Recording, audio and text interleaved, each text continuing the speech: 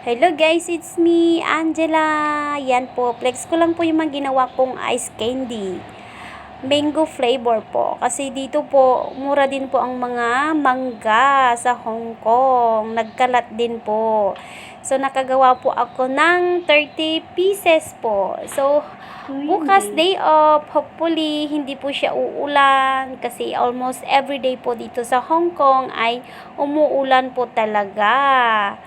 So, marahil nagtataka po kayo kung bakit pa ako gumagawa ng mga ganito.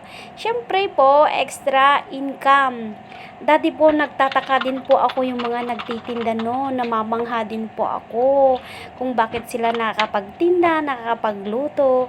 So, ayan guys, ngayon na may mga pagkakataon ako na magluto o gumawa, ginagawa ko po talaga para sa aking sideline, pambili ng aking kung ano-ano po, halimbawa yung aking internet.